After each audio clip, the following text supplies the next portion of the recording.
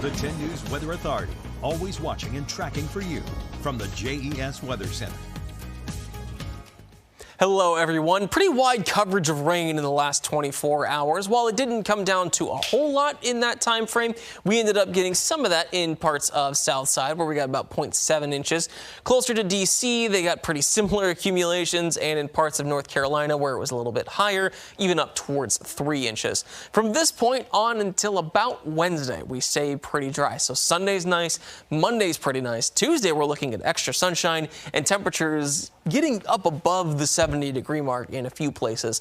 But as much as we are able to warm up in this first half of the week, we cool down quite a bit after it.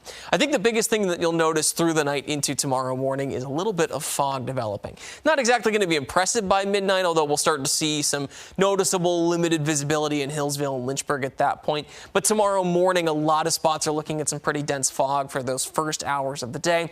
Once the sun rises, that'll mix out pretty quickly, but we still have plenty of moisture to keep us mostly cloudy. Now, despite that, we start off with plenty of heat, and the sunshine that we do get tomorrow can help us get to the 60s. NRE's at 61 and Highlands at 62, so playing a little bit of catch-up from today. The rest of us up into the mid-60s. Monday's even warmer. I think Lynchburg and Southside will start making a run up towards 70, and we'll probably see some temperatures even higher than that for Tuesday. Wednesday, pretty calm over that same stretch, and Tuesday's looking even calmer than Monday and Sunday are. Either way, we're not really looking at showers any of those days. The temperatures will be warm enough that if you have to start doing any yard work, if you just want to spend some time outside, if you hadn't been able to go on like a long bike ride or a run in a while, this will be some great days for it, not only in the afternoons, but the mornings are pretty comfortable too. Now, there is another system heading our way. There's low pressure towards our north and towards our south. The southern one's going to carry some moisture to us. I think it's mostly going to start very, very late on Tuesday and continue on into Wednesday with some pretty consistent rain.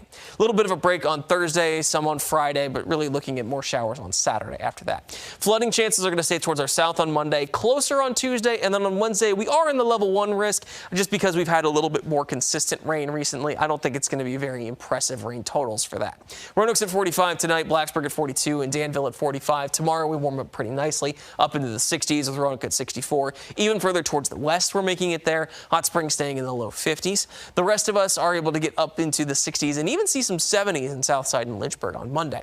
On the extended forecast, I think Tuesday's the warmest day of this week ahead. Wednesday starts to bring in that extra rainfall. Then we see cooler temperatures with that system. The extra piece of rain that we have coming on Saturday takes us from temperatures almost 20 degrees above average on Tuesday to about 10 below. So it's a really big swing over that 7 days.